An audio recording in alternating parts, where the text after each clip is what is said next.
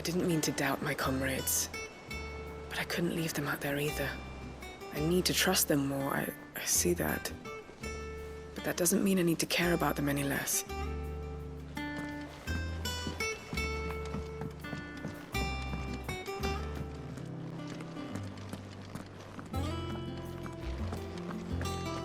Maeve knows how to brew a bitter, all right. Canver, I hear.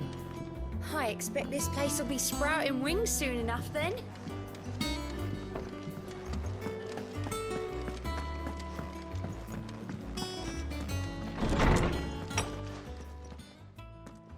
Clive, where have you been? I've been wanting to ask you something about Torgal. Where did you get him, like, in the first place? My father brought him back from one of his expeditions into the Northern Territories. They were crossing a snowfield when they heard his cries, and, seeing no sign of his pack, they took him in. What do you reckon, Torms? It certainly adds weight to the theory. Clive, I believe that Torgal may be no mere hound, but a rare frostwolf, an animal native to the far northern reaches of Valisthea. In one of our oldest bestiaries, I found reference to a frostwolf who served as guardian to an ancient queen of the north. Such was his mastery over ether, he could cast magics on command. His name was Fenrir. Fenrir the Frostwolf. Now, the annals do not state it explicitly, but I have reason to believe this queen was a dominant of Shiva, a girl from the Northern Territories and her faithful hound. One awakens as the dominant of Shiva, and the other? You're saying that Jill granted Torgal his powers? What? Just like Fenrir. People called him my hound, but Torgal and Jill were inseparable. He grew up as a faithful companion to the dominant of Shiva, and years later, his powers awakened, just when his master needed him the most. You're right. If it weren't for Torgal blasting those bastards to Kingdom Come, Jill would have been for it. Quite. Though Torgal's power is his own, his latent birthright as a frostwolf, it had only to be unlocked. Oh, get you, Torgal! You're an even finer hound than we thought. And regarding your original concern, you need not fear for Torgal's health. Why, the beast has the appetite of a behemoth. Just this very morn, I found him with his nose buried in my nuts. There you are! I've been looking everywhere for you. Bernard's here. I need you to introduce us so we can get to work. I shan't be a moment.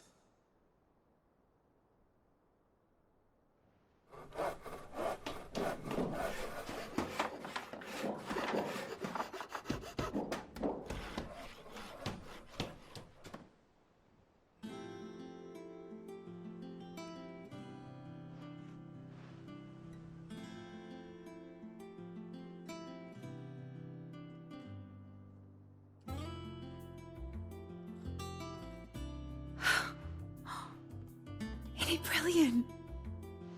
It is. Well, I couldn't have done it without you. You and everyone else. But I promise I'll pay you back. I'm gonna work my fingers to the bone for you lot, starting right now. Just you wait. I'll make wonders like this world's never seen. Then I look forward to seeing them.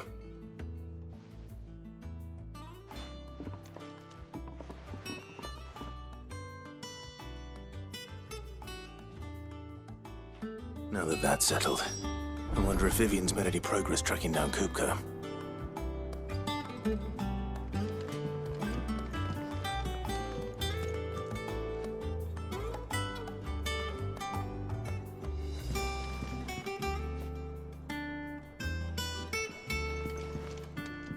Thanks for letting me do this, Clive. I'll pay you back, I promise. We have everything we need to begin work in earnest.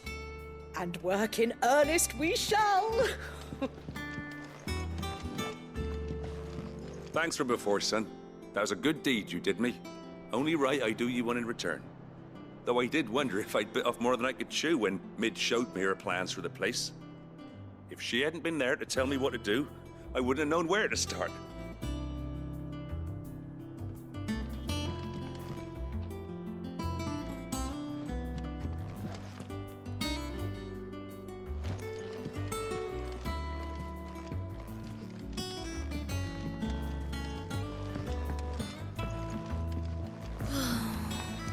I wish Miss Midador would let us help her with her dungeoneering. I wonder what she's going to dungeoneer next. Let's go and ask her.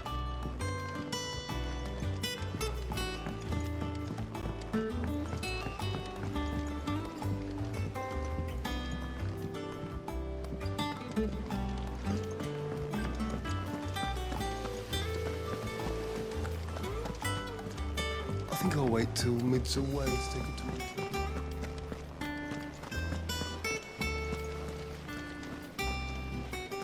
Blackthorn may be the manliest of men, but he does lack a certain tenderness.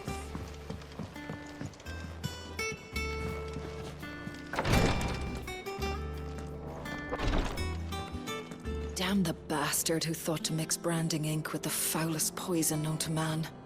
Since then, bears have only ever had two choices. Court the crystal's curse in service of their masters, or defy the brand. And step away.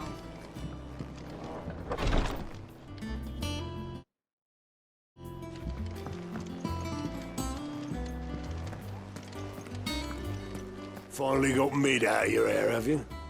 Enjoy the quiet. Doubt it'll last long.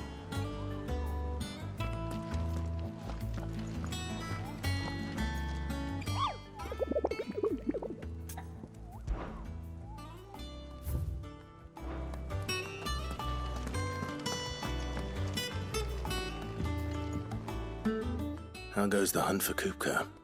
Largely in circles. We have myriad sightings of strange soldiers in unexpected places, but nothing definitive as yet. If only we knew for certain by what route he left Rosalith. Well, keep at it.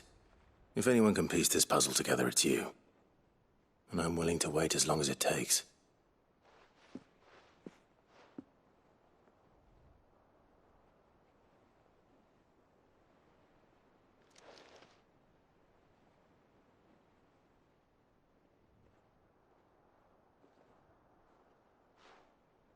What? Here? Would that be a problem? Do you know, Clive, I believe it a mercy that you didn't inherit your father's throne. Your poor people would surely live in fear of you. You have nothing to worry about on that front. I won't be claiming his crown. That is a relief. Clive, have you got a minute?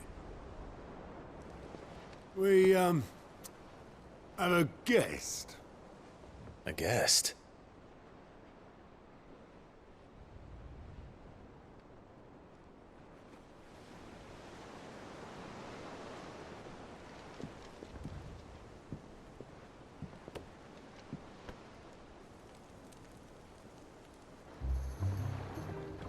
For your trouble.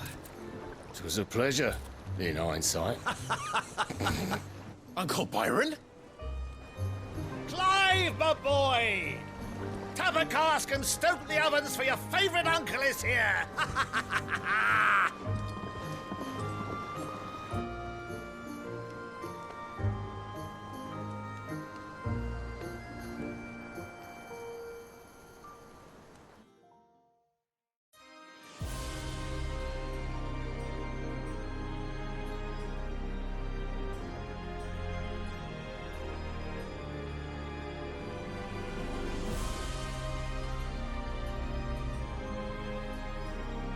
The Dalmekian government sues for peace.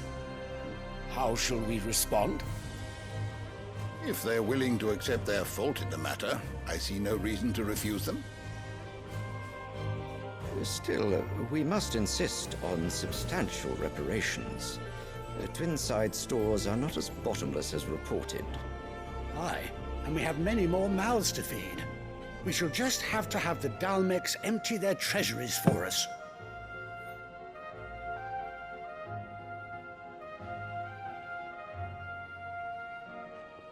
Of course, none of this would have been possible without your timely intervention, Prince Olivier. Indeed, I doubt any of us would have had the courage to trade words with the mighty Titan, nor less the wit to win him over. The Empire owes you a great debt. May the blessing of the crystals go with you, Your Highness. May the blessing of the crystals go with you. Very good.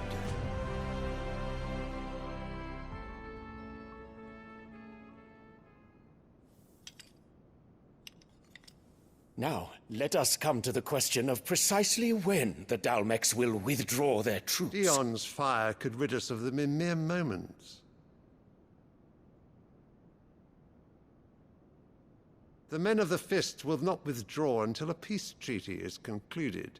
So let us keep the negotiations open, give them time to gather what gold and trinkets they can, and once they deliver that which we demand, what worth is a piece of parchment? Your Radiance, were Prince Dion to take the field, the enemy would surely send their own dominant to meet him. And while His Highness would of course prevail, there would be heavy losses on both. You need not fear Hugo Kupka. He is engaged on the Western Front. Even were the Dalmex to send for him, he would not arrive in time. As much as I would enjoy witnessing a clash between Bahamut and Titan, it is not to be. And what of your subjects, Your Radiance? If the fighting spread to the city proper, the people would bear the brunt of it. There will be losses, it is true. Yet for every citizen who falls, another can be bred. For every home that burns, another can be built. The Empire will live on.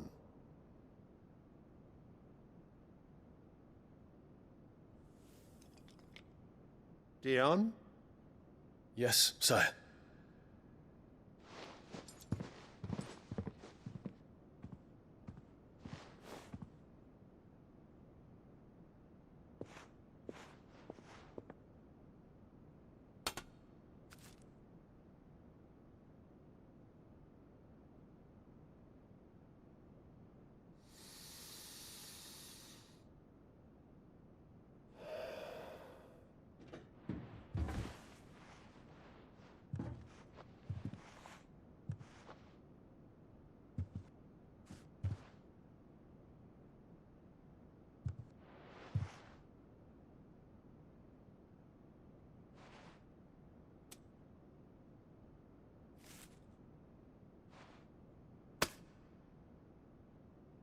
Prepare for battle.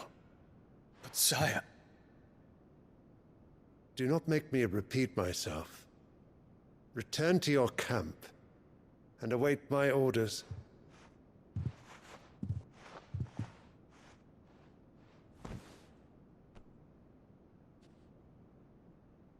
If that is your wish, Your Radiance, I shall depart at once.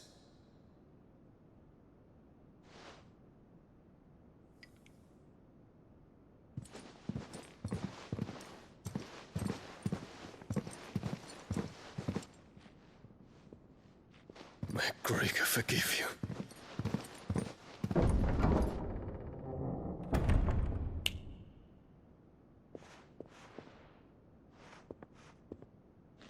What do the astrologers augur?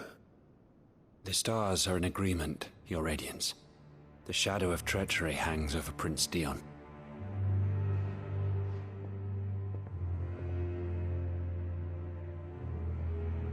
So Annabella's tales were true.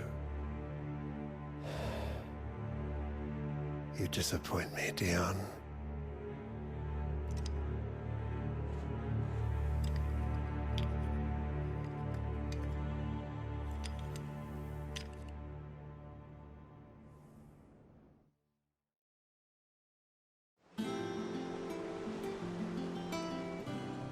earth is Uncle Byron doing here? Only one way to find out. The little uns have been up to their... It's just one thing after another around here.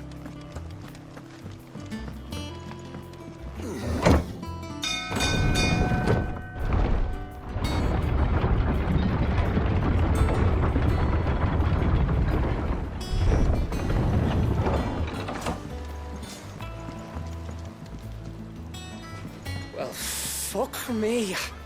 Never thought I'd see the dear Lord Byron Rosfield of the Seven High Houses came to tea.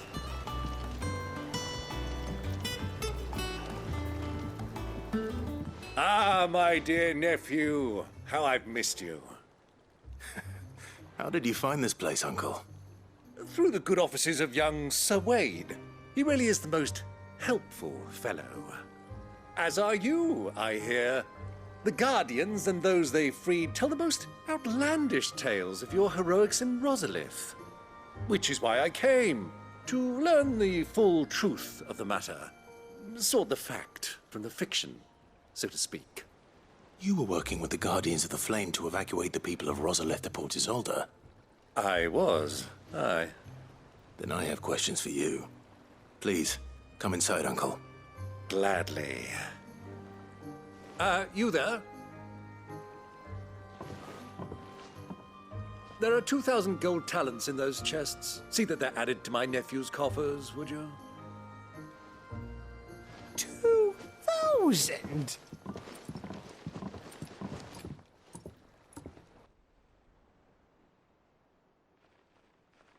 And I'm afraid that is all I know. A fleet sailing south past Port Isolde. Most intriguing. Forgive me for not being able to tell you more. I hadn't the faintest idea Kupka withdrew wounded from Rosalith. Still less that my own nephew dealt the decisive blow. What do you think, Vivian?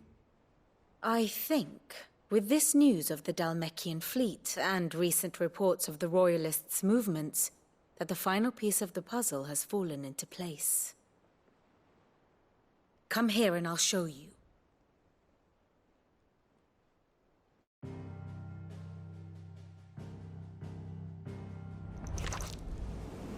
It is known that Kupka's forces entered Rosaria via its unguarded coast. So can the same be said of your visitors from Waloed? Certainly, her Royal Navy is famed for the efficiency with which it bears her knights from one battlefield to the next. And in the Einherjar, or Black Galleon, she boasts a vessel nigh as swift and every bit as feared as the kingdom's legendary cavalry. A fitting flagship for a land apart, her naval presence being crucial to her ambitions beyond Ash. Yes. It seems safe to assume that the Royalists did indeed enter Rosaria from the sea. So then, had you a vested interest in Titan's survival, whither would you take him? Why, home to Drake's Fang, a place rich enough in ether to conjure the magics needed to mend his hurts. Or would that not entail an arduous voyage around the southern cape? Let us say that the Royalists did put ashore with a mind to spirit Kupka away from under your very nose. Could that truly have been their plan for him? To load him aboard one of the ships flying Republican colors sighted off the coast near Port Isolde. To spend weeks at sea, being tossed hither and yon by unforgiving waves, his life hanging in the balance. No. The journey would mean Titan's death, and Kupka's faithful creatures would not allow it. So what then was the plan of our Waluda friends? Reports suggest they made not for the coast, but for the desert. And by cutting through the Velcroy, a party traveling light would have Titan back in his bed days before a galley could lurch into port. To wit, it was the Royalists, not the Republicans, who effected Hugo Kupka's safe retreat. I would stake your life on it.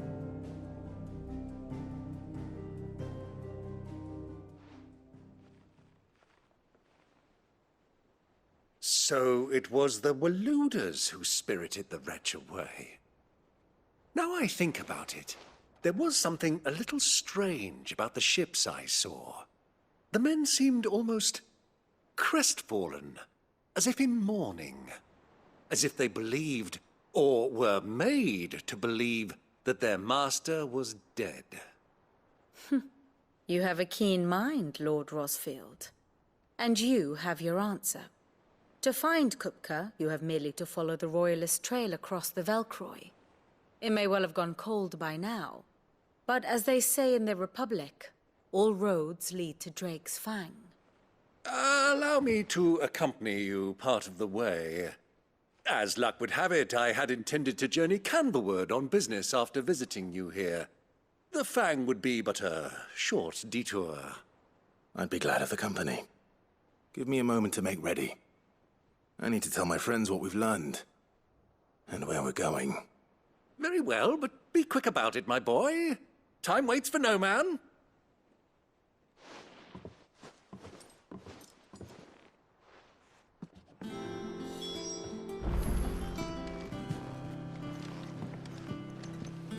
And how may I assist you today? We met under curious circumstances.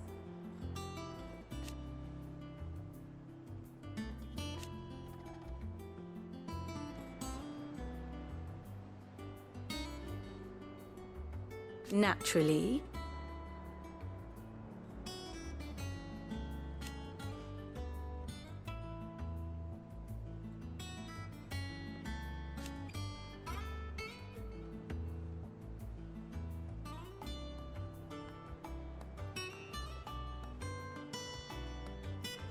Still.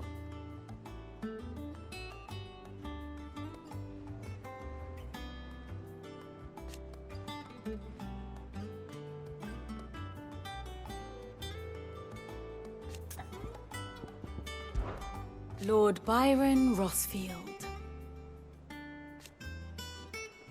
I heard tell.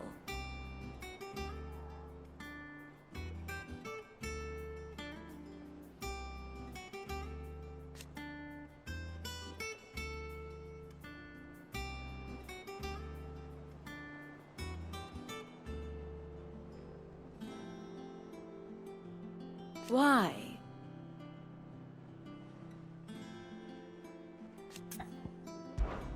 How may I help you today?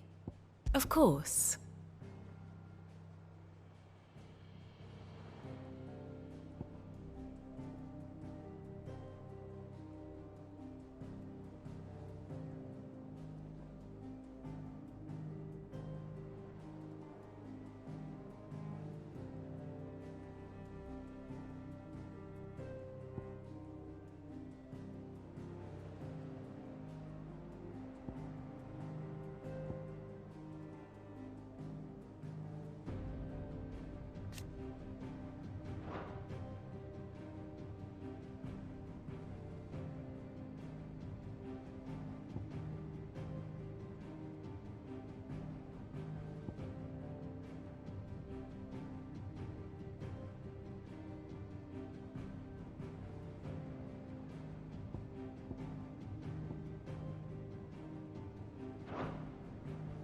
Here you are.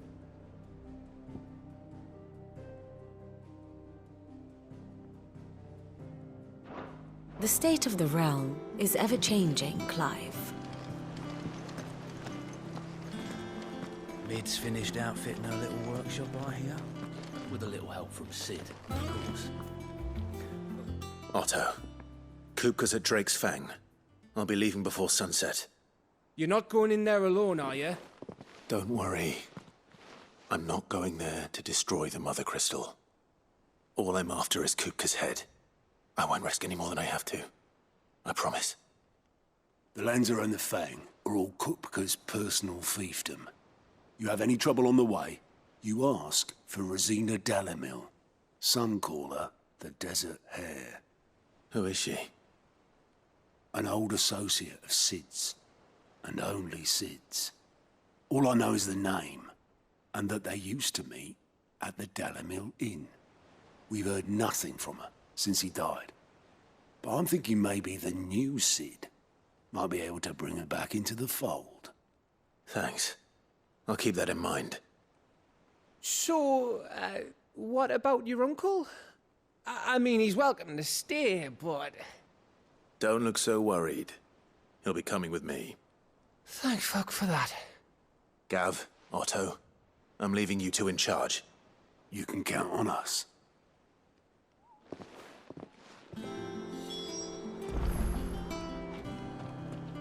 What's wrong, Gav? It's this gold your uncle gave us. Are you sure it's all right for us to take it? My uncle isn't easily refused. Especially where dispersing his wealth is concerned. But 2,000 talents? I don't even know how much that is in Gil. It's the price of a quayside mansion in the Crystalline Dominion. He sold one to fund our endeavor. He was hoping to part with it anyway, what with war brewing in the region. And, luckily for him, a Sambraquois noble was willing to pay over the odds for a foothold in the Holy Emperor's neighborhood. But still, 2,000 talents? I mean, is it normal for nobles to give away that kind of money? It's normal for my uncle. Fuck me. Oh, the other half live, eh? Well, now that we've got a few gil to rub together, do you think it'd be all right if I splashed out on a few bottles of Lost Wing's finest? Here, leave some for the rest of us, Otto. If he's filling his cellar, I'm filling our larder, starting with a barrel of the best salt-cured northern salmon. I'll leave you to decide how best to use it. Just don't spend it all at once, all right?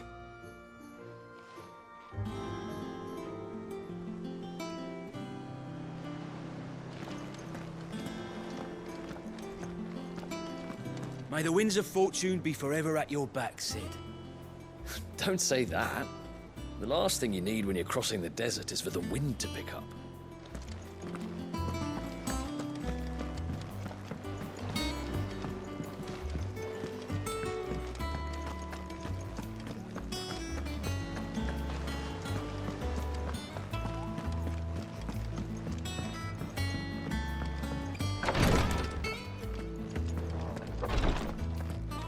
Jill's staying here, and that's that. I should have never let her go with you to Rosalith. I'm fine, Clive, really. I just need some rest.